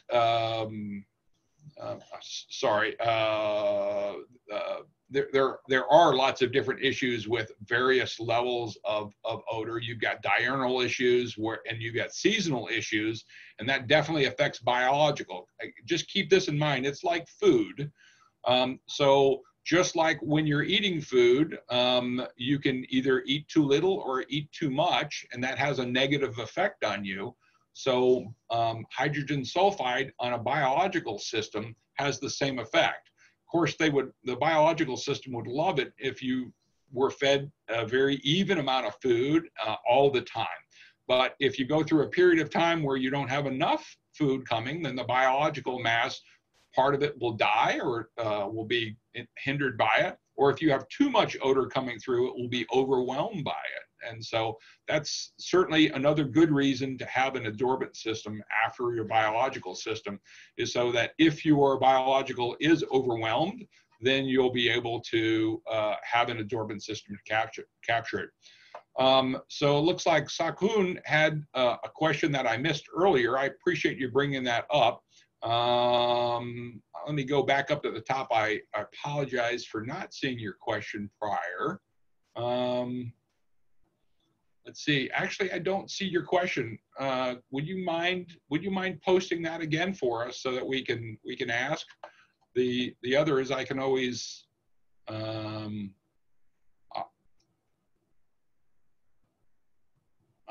on your speaker as well if you'd like to ask your question.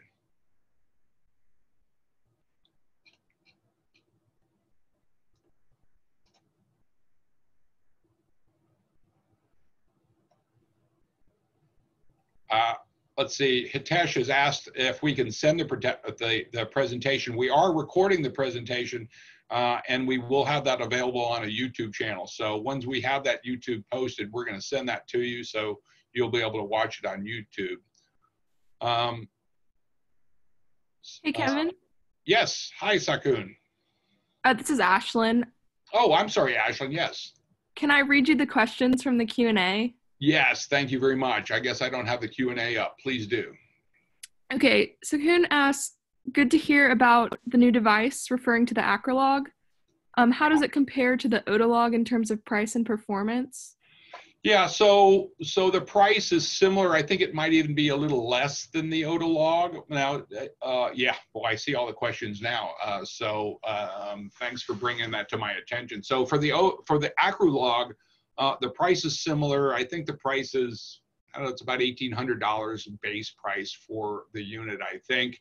But then there's lots of different options you can add. There's also some additional models. There's a part per million model, a part per billion model, and so there's lots of different ones to work with. But in general, they're considered reasonably priced devices.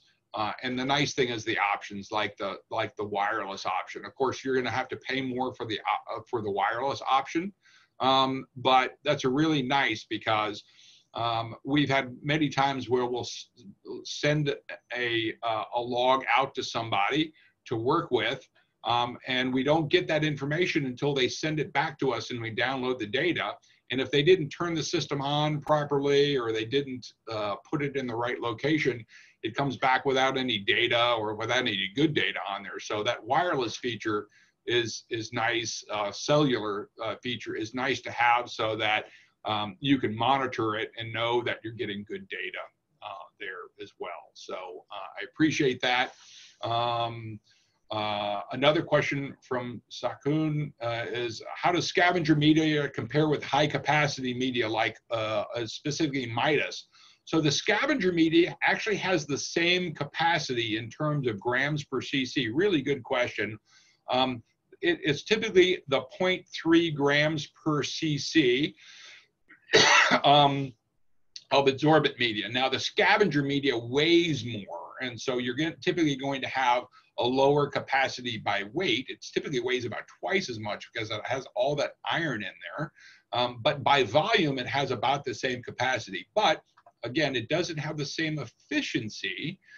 You're not going to typically see that 99.9% efficiency like a really good high capacity catalytic product would, like the Midas product, or like our Self-Absorb XL product, but the cost is far less. The scavenger media is about half the price, or maybe even less than half the price of those high capacity products. And so it really makes a lot of sense in those applications where you have high H2S load to have a scavenger media in there that you change out more often, and then just leave the residual odors left over there too. We have another question. We have two plants which are sulfuric acid plants and phosphoric acid plants on the same campus. We're facing corrosion problems for electronic hardwares. Which adsorbents or products are best suitable for you? Yeah, so that's a different issue. Rather than odor control, this is actually control of gases, in this case, acid gases. So in this case, we would typically use our Self-Absorb or Carb-Absorb product to capture these acid gases, we can work with you on that to capture those gases in the right way and protect those electronic hardware. We can help you with that. It's very important that that's done right, because if you just concentrate on removing the gases, you can create some other problems for temperature and humidity where your electronics are stored. We actually have another video about protecting electronics on our YouTube available. So we'll try to remember to send to you a link to that YouTube where you can understand the process of removing acid gases or corrosive gases from the air. It's very similar technology, but the application is just a little bit different as well too. Sakun mentions that WEF MOP25 further defines biotrickling filter and bioscrubber differently. Bioscrubber with an AS tank, but biotrifling does not. Yeah, and so, you know, we certainly reflect that WEF gives these definitions, but out in the market, that's what we're typically seeing is a lot of confusion between the terminologies. Different manufacturers are using different technology. So that's why we try to use them somewhat interchangeably. And we just want to point that out. But thank you very much, Sakun, for mentioning that to us. Lifetime of the carbon. Rashid has asked about lifetime of carbon or lifetime of adsorbent media.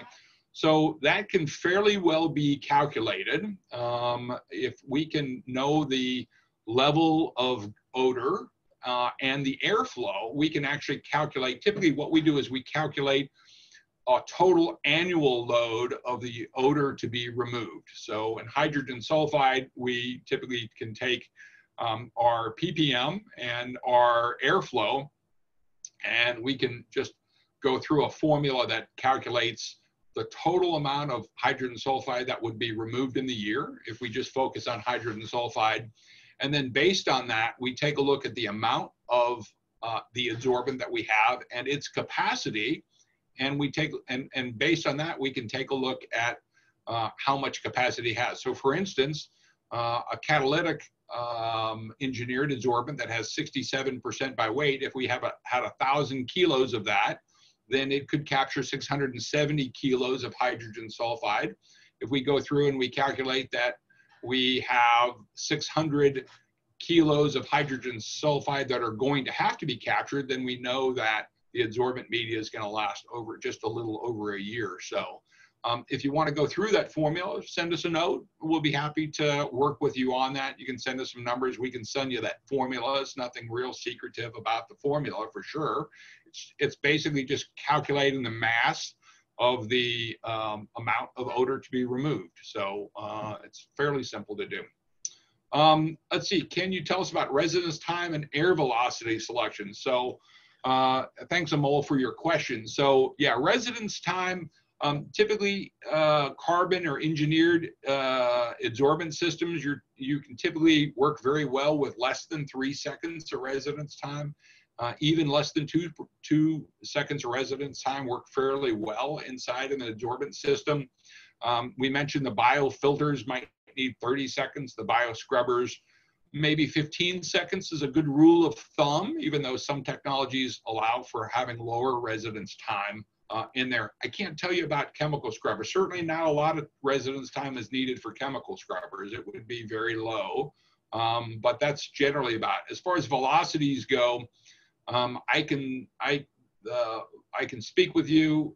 Velocity is not very key for bioscrubbers. That's more about residence time. Velocity for adsorbent systems is typically anywhere in the 50 to 75 feet per minute. Excuse my use of non-metric terms, but 50 to 75 feet per minute. We typically try to stay away from higher than 75 feet per minute unless the odor level is very, very low, because you'll typically run into lower efficiencies that we'd like to avoid with that. So typically 50 to 75 feet per minute for velocities. Let's see, we have an anonymous attendee that's asked a question. In the design that inlet air is not yet available for sewage pump stations, is there a rule of thumb to assumed design odor control systems? So there are some guidelines that we can provide to you about it. It depends on what area of the world you're in. Certainly when it comes to a pumping station, warm areas of the world typically are going to have higher possibilities of generating higher levels of hydrogen sulfide. It also matters how much dwell time that the sewage has had in the system at that point in time. So a lot of that is due to elevation. Sewage flows downhill, typically much faster than in an area with some elevation. So typically lowlands have higher levels. So there's not great rules of thumbs, but we can give you some general advice if you'd like to send us a note. I appreciate your question there. Sakun has got another question. I'm interested to learn more about biotrickling filter technology offered by Pure Air. How long has that system been on the market? Is it a once through or recirculation system? Does it differ from other suppliers like BioAirs and others? So the Beast, our bio scrubbing system, it has been on the market for about 3 years now. Really, it's gotten a tremendous amount of attention in the market because there are a number of unique features to it. So keep in mind that we are typically offering the system as a combined technology of bio-trickling filter or bio-scrubber plus adsorbent media system. They work together, and so we can design the system optimally to have really the absolute highest efficiency. So some of the other manufacturers you might be aware of will provide a bio scrubber, and then they'll say, then we'll just put a carbon system after that. And they don't know a lot about engineered adsorbents. And so we're able to put a very highly tailored system. Our system is also going to have a tremendous amount of monitoring on it, including our electronic bed monitor on the adsorbent media. So you're going to be able to really get some great monitoring from the system.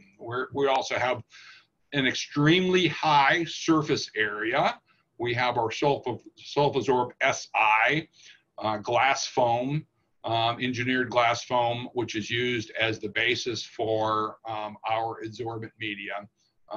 As the basis for our surface area inside of our tower packing. This has really, really, really high surface area. Surface area is the key to all of these technologies because that reaction occurs in that surface area. So the higher surface areas allow you to grow more bacteria and have a higher efficiency. So that's what it's about. But Sakun, I'll be happy to forward further information to you about the Beast.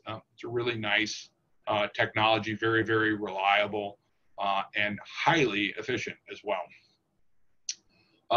Another question from Sakun. For the BioScrubber Plus AC or engineered adsorbent configuration, how would the engineered adsorbent compete with activated carbon? Well, so activated carbon is really good, as mentioned, for volatile organic compounds. So if you wanted to take out volatile organic compounds, activated carbon would be really good. But engineered adsorbent is superior otherwise, certainly for taking out hydrogen sulfide and reduced sulfur compounds with that. So that's the big difference with it.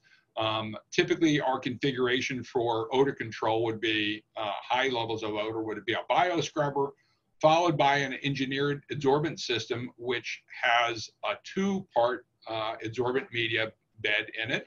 The first would be our Sulfasorb XL that has a high, very, very high capacity for hydrogen sulfide.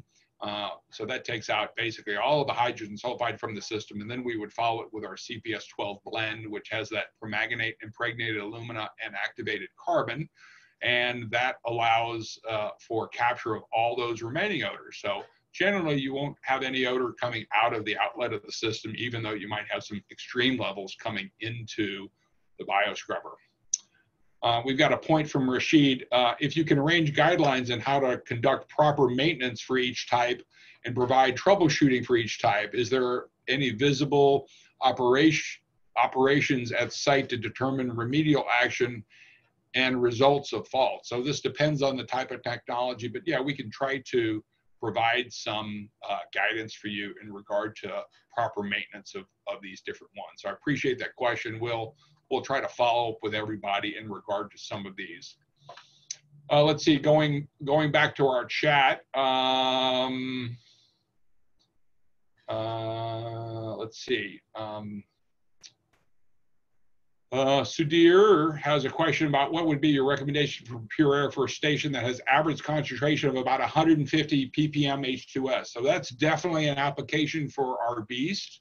That high level H2S, we would typically put a bio scrubber and followed by our engineered adsorbent system And that provides great reliability and great removal efficiency. We would have far less than 1 part per million odor level coming out of the system. Typically, typically unrecordable levels of hydrogen sulfide coming out of the system, certainly less than 10 parts per billion coming out of it, even though we would have 150 parts per million going into it. So thanks, Sudhir. Yeah, follow up with us if you'd like some further information on helping to size that system. So Abdul Razak as a pump station, 600 ppm. Customer needs 99.99% removal. Well, that's a challenge. 600 ppm is quite a bit. Definitely would like to work with you, Abdul Razak, on that station. We can certainly do it. It is a challenge at 600 parts per million, but I do probably want to work with you on how that was measured. Is that a continuous flow of 600 ppm, or is that dynamic versus static level that I mentioned? So send us a note and we'll see what we can do on that. It would be especially helpful if that was a static level that we can work with on there. And Razak has followed up with 2,500 CFM. So 2,500 CFM and 120 ppm, just to let everybody know, I'll do the calculation real quickly, but that is a total load each year of, 2,500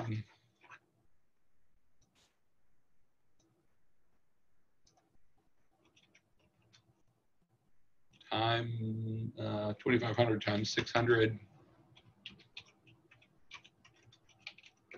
That's 68,000 pounds or 31,000 kilograms of hydrogen sulfide that needs to be removed each year. So it's certainly a challenge. We're up for it, but we'll work with you to fine tune that if you can work on sending us some further information on that, Razak. All right, I think that we have come to the end of our questions, both in the questions section and in the chat section. So unless I see something from anybody else, I'll thank you all very much for helping us out. I appreciate all of our Pure Air family throughout the world who have promoted this webinar, especially Amagtech, the team in Jordan and the UAE who prompted us to do this webinar. So thank you very much, everybody. And we look forward to future conversations with you, and we'll let you know when the next webinar comes around. Thank you very much.